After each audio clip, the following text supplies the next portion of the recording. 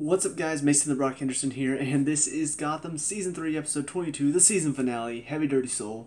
I don't know why that's all one word, but hey, I'm okay with it, because this final episode for the season, it just paid off so well.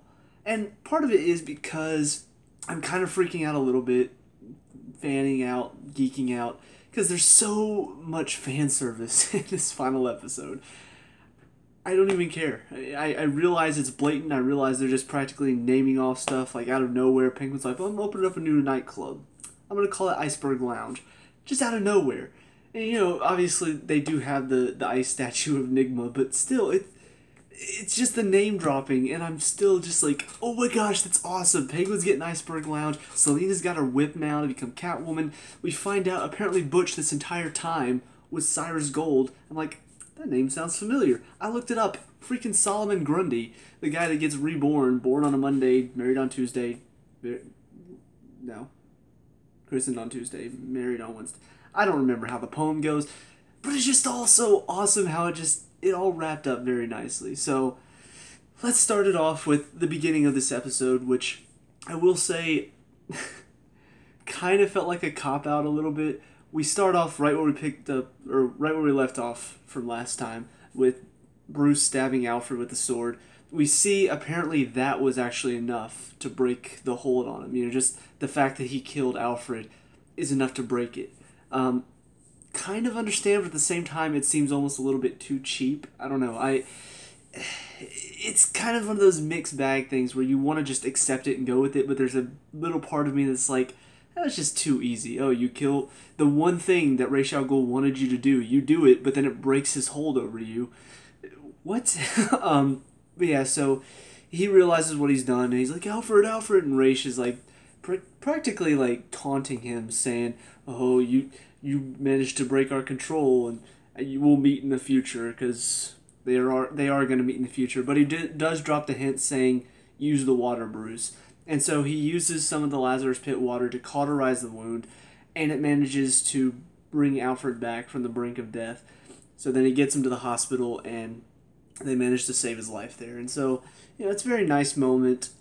Ultimately, what it leads to is there's a final moment where Alfred wakes up, and Bruce, of course, instantly jumps on him like, dude, too soon. He's got a sword wound in his stomach. Be gentle. But he asks Alfred, you know, I don't know what I'm supposed to do anymore. And Alfred pretty much says, I can't help you there. You're a man now. You got to figure out your own path. It took me forever to find mine. You got to find out what you want to protect the most and protect it. And so ultimately we see during Lee's like final speech, we see him staring at the TV talking about, you know, the hidden victims or something along those lines. And so the final... It's set up so perfectly. I'm like, am I seeing what I think I'm about to see? We see a family, pretty much exactly like the Waynes, you know, a rich mother and father, and then their daughter, and they're walking through the alleyway. All of a sudden, the guy comes up with a gun. It's like, give me your stuff! And all of a sudden, just figure falls out of the sky, punches him, knocks him out, and then just disappears up the building. And of course, the camera pans up, typical Batman style. Bruce is up there in not really a cape, but he's wearing this long trench coat, and then takes off his ski mask and reveals it's him. I'm just like, you know what? I was really worried they were going to do Batman too soon. I feel like they've gone Batman a little too soon, but I'm okay with it. That reveal alone, the way they did that, was just so perfect. For me, a Batman fan, I'm okay. I'm okay seeing Bruce go Batman probably a little bit too early. You know, I prefer to see him slowly get there, you know, I guess the build up to it, okay, I want to protect this city, how am I going to do it? You know, maybe this is the start, I don't know, maybe he's not fully Batman yet, maybe he's still in the beginning stages where he's like, okay, I'm just going to stop random crimes before he realizes I've got to do more. So they could still take this a good way. I'm just... There's that part of me that's just thinking this may be too soon. Maybe it's too soon to bring Batman into the mix, but I guess we'll see where they're going with it. Hoping it's going to be okay. So we see that's Bruce's side of the story. The other side of it is obviously Jim and pretty much everything going on, trying to get Tetch back. so he can get the antidote, and then after he gets the antidote, trying to get it to Lee. Really, overall, a very intense story. I did talk about last episode how them taking Tetch, Riddler and Barbara, it almost kind of felt like just a way to sidetrack the plot so we could drag it out for another episode. That's kind of what it did feel like for the most part. Just getting Tetch back, it just feels like it's more time that Jim has to spend doing this instead of getting the help he needs. And it's like, well, of course.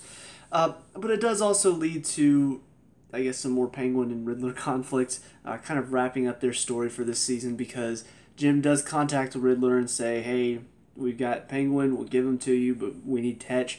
And so they try to broker this deal before Barbara finds out. She finds out, shows up, pretty much sabotages the whole thing. And then we get to a moment where Jim and Harvey have Tetch, but Barbara and Tabitha and Butch are all searching for them in this warehouse. And so Jim's just like, we don't need all of them. And then all of a sudden you hear Tetch scream off screen, and then they find him, and his neck is all taped up and bloody. And then she sees one of the jars is missing. She's like, oh, Jim, you sick bastard. I'm like, hey, when you need the blood now, you need the blood now. But they do manage to get the blood back. Jim gets the antidote. But before I go off more there, we've got Penguin and Riddler. Because, honestly, this was the perfect ending to their story. We see Penguin's got him in the back of a cop car, and he's just all high and mighty. He's like, oh, I finally got the better of you. Meanwhile, Riddler in the back seat is searching for something, and then finally finds a pin. I'm like, hang on. That was a little too easy.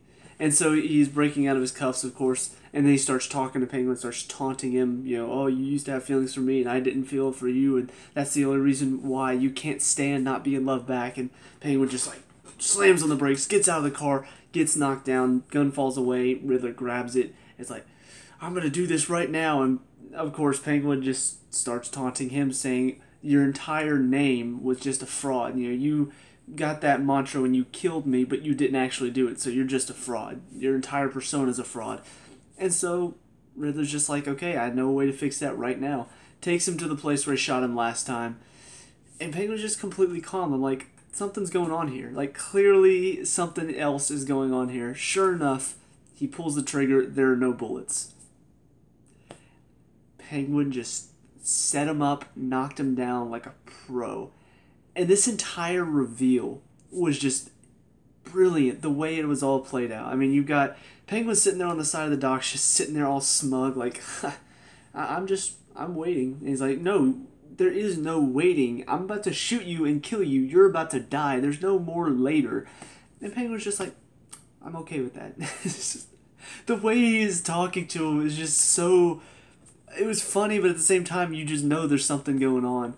And so whenever Pepper walks around the corner, and then there's also Mr. Freeze, it's so laid out perfectly. Riddler realizes how he's been set up. He realizes Penguin set him up the entire time. Penguin explains to him that he knew he would need to complete his job, complete what he started.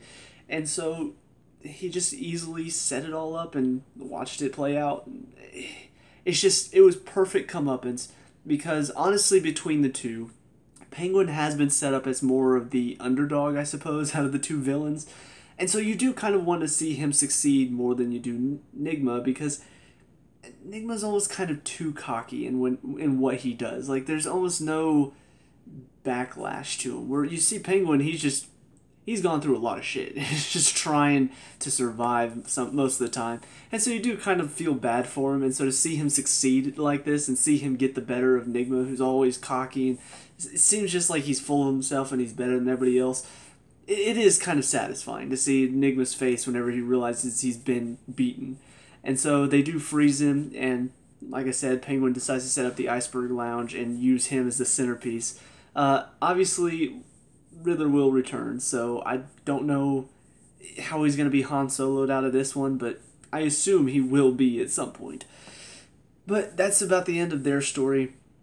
Aside from that, you've also got the Butch, Tabitha, and Barbara story. We see Butch is trying to tell Tabitha, now's the time to kill her, now's the time to get rid of her, because they had this little thing. Honestly, I haven't even talked about it in my review, because it's been such a side story. It just seemed like something they throw a couple minutes each episode where Butch says something to Tabitha about, look, she betrayed you, Riddler cut off your hand, and she's working with him now, and now, she's not letting you do what you want to do, and there's just been this little bit of a rivalry between Butch and Tabitha and Barbara, and you can see how it's affecting them. Well, in this one, Butch finally tells Tabitha she's got to go, so he takes her to the docks, or I don't know. I can't remember exactly what happened. He told Tabitha he and her would kill Barbara at the safe house, and then for some reason they're at the docks. I don't know. But ultimately, he's like getting ready to fight her, but then she just shoots him in the head, kills him.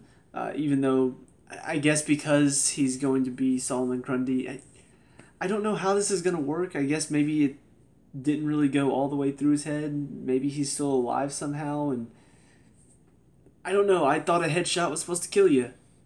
It works in The Walking Dead, but maybe it doesn't for Butch or Cyrus. I guess I gotta start calling him Cyrus now. But yeah, so that sets up that whole thing. Well, Barbara heads to the safe house. Tabitha gets there, opens up a box, and there's Butch's hand. And so she's like, did you kill him? She's like, to move forward, I need to know, did you kill him? She's like, yes. And okay. And so they have their little battle. She's trying to fight her. Just fighting. Ultimately, there comes a point where she dives for the gun. She grabs it. Barbara, there are two she's there. Barbara grabs the gun. Tabitha uses the whip and ends up missing her. And she's like I said, never bring a whip to a gunfight. And at that point, just looking at Tabitha's positioning, she whipped onto something and she's about to use it, whatever it is. And all of a sudden, she looks over with a little bit of a smirk, and Barbara looks over. It's a lamp. She brings it down into the water where Barbara's standing and kills her. So that's the end of Barbara's character. I have mixed feelings because, honestly, I didn't really like Barbara for the most part. First season, she was definitely one of the worst characters on the show. But after the first season, they kind of gave her more of a character. They turned her insane after what happened with the guy that forced her to kill her parents. And it was really fun to watch her. She almost seemed like a primordial Harley Quinn to Jerome's Joker whenever he was terrorizing the city. So, I don't know, it was just so much fun to see her terrorize Jim, terrorize Lee as well. And honestly, I was hoping to have sort of a Lee and Barbara showdown, with Lee still infected with the virus, of course. But ultimately, this is the end of her. Kind of makes sense because Tabitha is probably the lesser crazy out of all of them. I don't know how to explain it, but that's it for her. As far as Jim's storyline, this is pretty much how the main story is going this time. Just everything to do with Jim and Lee. He manages to get Tetch's blood back to the doctors at the GCPD so they can work a virus out. He gets it, takes it to Lee's house. Ultimately, though, Lee, I guess the virus takes over him and she forces that side of him out. And so he stops, drops the virus, and then she crushes it. Or antivirus, sorry. And so they're about to leave town, but Harvey shows up right at the nick of time, manages to appeal to Jim's side, says, hey, this is who you are, gives him his badge, which has 2 vials of the antivirus inside. And so Jim brings Lee back, brings himself back. It was a pretty intense scene, because just to see Jim, the look on his face, and realize this is who he is, and find that side of him again, it was kind of a yes moment, like that feel-good moment where Jim realizes who he is, and this is always who he's been, and this dark side of him isn't who he is anymore. I don't know, it just felt really good. Managed to save the day. But of course, Lee leaves town anyway, so it does kind of feel like it's all for nothing. Probably the only bad part about this entire storyline, because the rest of it was just really good. It was really enjoyable, a lot of fun, just so fun to watch at times.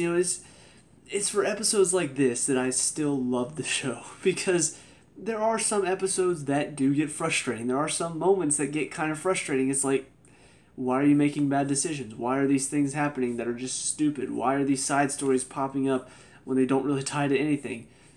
Sometimes this show can get a little stupid. Sometimes it can get a little silly, even goofy. But the fact of the matter is, it knows it's supposed to be taken a little bit more fun. The dark stuff is dark. We've seen the dark stuff, but they mix it in with this element of madness and craziness that almost makes it fun to watch. And it kind of reminds me a little bit of watching the Joker at work.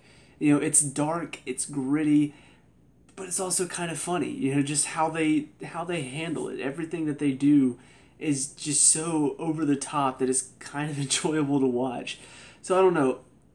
As much as I do say there are problems with the show, as much as I have problems with the show at times, for the most part, this season really did please me. I mean, just Lee got really frustrating, Mario got really frustrating, but aside from that, the rest of it was good. You know, there were problems here and there, but it was still really good, really fun to watch.